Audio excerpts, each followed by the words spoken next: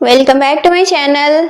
आज है 25 अक्टूबर और आज हम लोग पढ़ेंगे 25 अक्टूबर के सभी इंपॉर्टेंट करंट अफेयर्स के क्वेश्चंस को और सभी क्वेश्चंस को हम लोग एमसीक्यूज रूप में देखेंगे, साथ ही सभी को डिटेल में भी डिस्कस करेंगे। तो चलिए स्टार्ट करते हैं आज का सेशन।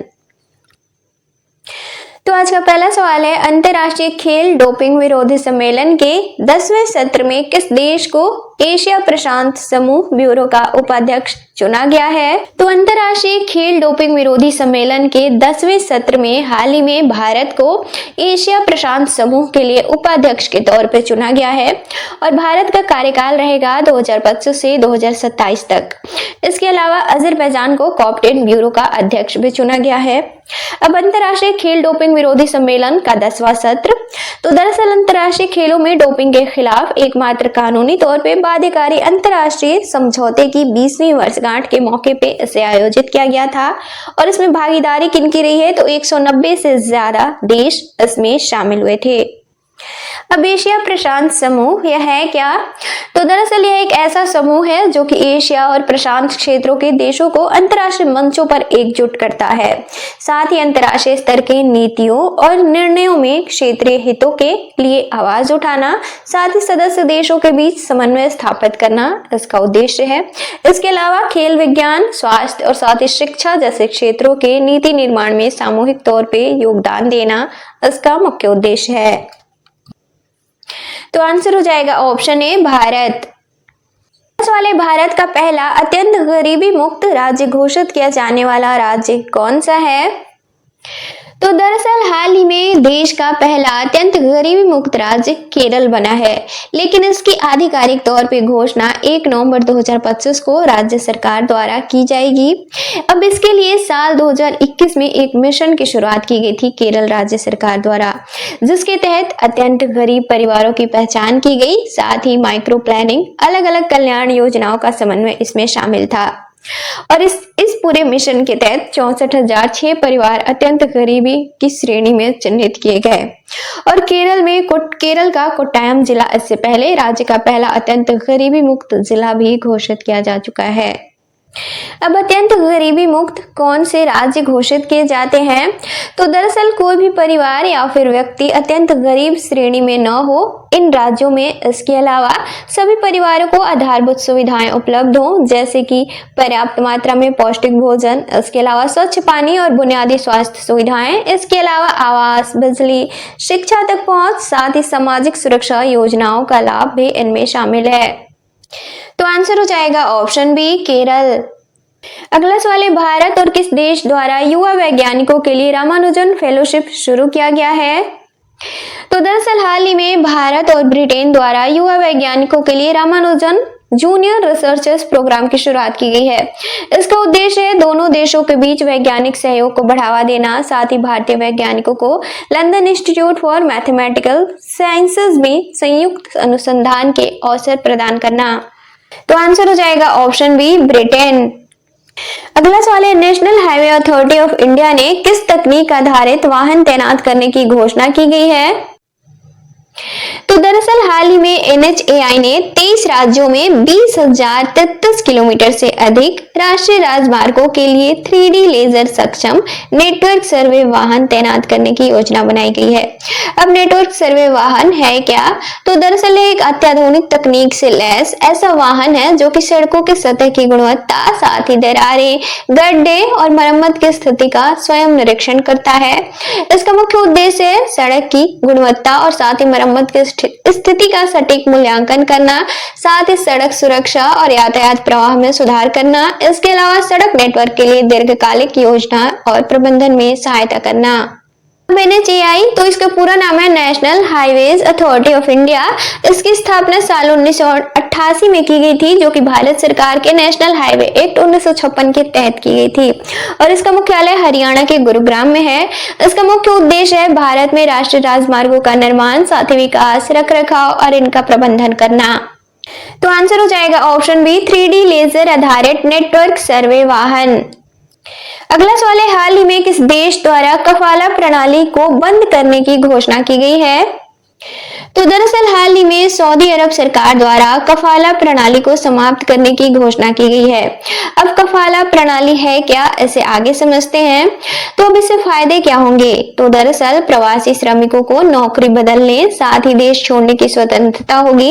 इसके अलावा श्रमिक अदालतों और साथ ही शिकायत तंत्र तक इनकी बेहतर पहुंच भी हो सकेगी।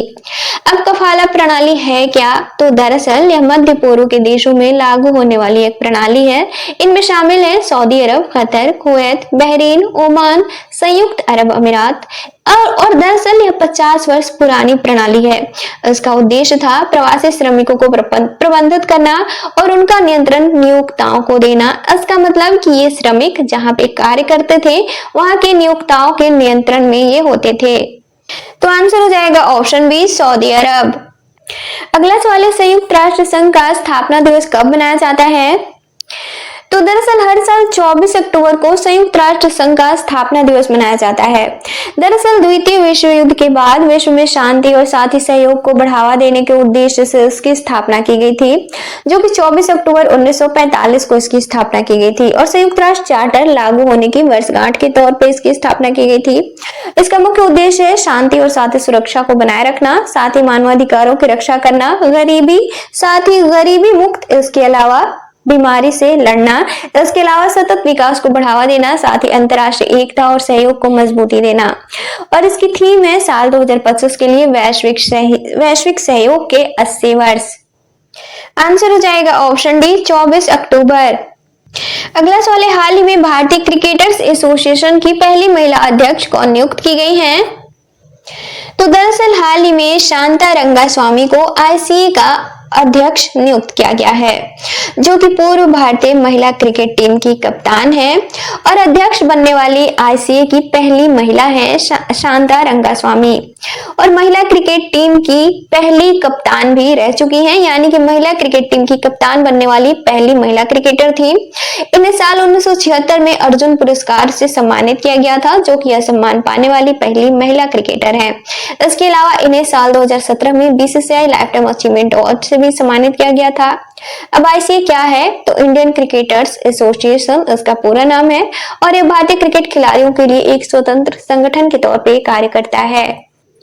तो आंसर हो जाएगा ऑप्शन सी, शांता रंगास्वामी। अगला सवाल है, हाल ही में यूएस ग्रैंड प्रिक्स 2025 का खिताब किसने जीता है। तो यूएस ग्रैंड प्रिक्स 2025, तो दरअसल इसका खिताब जीता है हाल ही में मैक्स वेस्टापेन ने। इसके अलावा उप विजेता रहे हैं लैंडो नॉरिस। अब यूएस ग्रैंड प्रिक्स तो दरअसल एक फार्मूला 1 विश्व चैंपियनशिप की प्रमुख रेस है और अमेरिका में यह आयोजित किया जाता है और इसकी शुरुआत साल 1908 में की गई थी। तो आंसर हो जाएगा ऑप्शन बी, मैक्स वेस्टापेन। अगला सवाल है, हाल ही में ब्रिटिश अकादमी पुस्तक पुरस्कार 2025 से किसे सम्मानित किया गया है। तो दरअसल हाल ही में ब्रिटिश अकादमी पुस्तक पुरस्कार से सुनील अमृत को सम्मानित किया गया है। इन्हें इनकी पुस्तक the burning earth and environmental history of the last 500 years के लिए सम्मानित किया गया है। अब ब्रिटिश अकादमी पुस्तक पुरस्कार तो दरअसल यह एक वार्षिक पुरस्कार है जिसे कि ब्रिटिश अकादमी द्वारा दिया जाता है। तो आंसर हो जाएगा ऑप्शन है, सुनील अमृत। अगला सवाल है, ग्लोबल एनवायरमेंटल रैंकिंग 2025 में भारत कौन से स्थान पर है। तो हाल ही में ग्लोबल एनवायरमेंटल रैंकिंग जारी की गई है, जो कि वैश्विक स्तर पर देशों के पर्यावरणीय प्रदर्शन का आकलन करता है और इसमें रैंकिंग के घटक कौन से थे, यानी कि किन घटकों पे इन देशों की रैंकिंग की गई है। तो जलवायु परिवर्तन, जैव विविधता, साथ ही वन क्षेत्र, इसके अलावा प्रदूषण, इसके अलावा जल संसाधन प्रबंधन, स्थिरता इनमें शामिल थे। और टॉप 5 देश अब कौन से रहे हैं इस रैंकिंग के अनुसार। तो पहले पे है रसिया, दूसरे पे ब्राजील, तीसरे पे कनाडा, चौथे पे अमेरिका और 5वें पे चाइना। भारत इसमें कहाँ है। तो भारत 9वें स्थान पे है। तो आंसर हो जाएगा ऑप्शन ए, 9वें स्थान पे।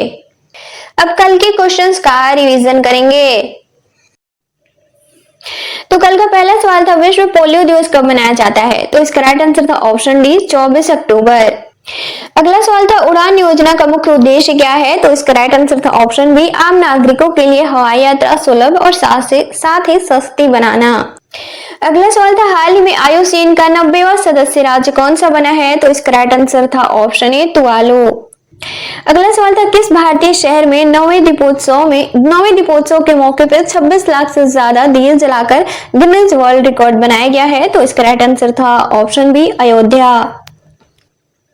अगला सवाल था, अंडर 20 फीफा वर्ल्ड कप 2025 का खिताब किसने जीता है? तो इसका राइट आंसर था ऑप्शन डी, मोरक्को। अगला सवाल था, हाल ही में वीपो की सलाहकार बोर्ड का अध्यक्ष किस भारतीय को नियुक्त किया गया है? तो इसका राइट आंसर था option A, Pratibha M Singh. अगला सवाल था, जमिक सैन्य अभ्यास भारत और किस देश से संबंधित है? तो इसका राइट आंसर था ऑप्शन डी, जापान। अगला सवाल था, अंतरराष्ट्रीय हिम तेंदुआ दिवस कब मनाया जाता है? तो इसका राइट आंसर था ऑप्शन डी, 23 अक्टूबर।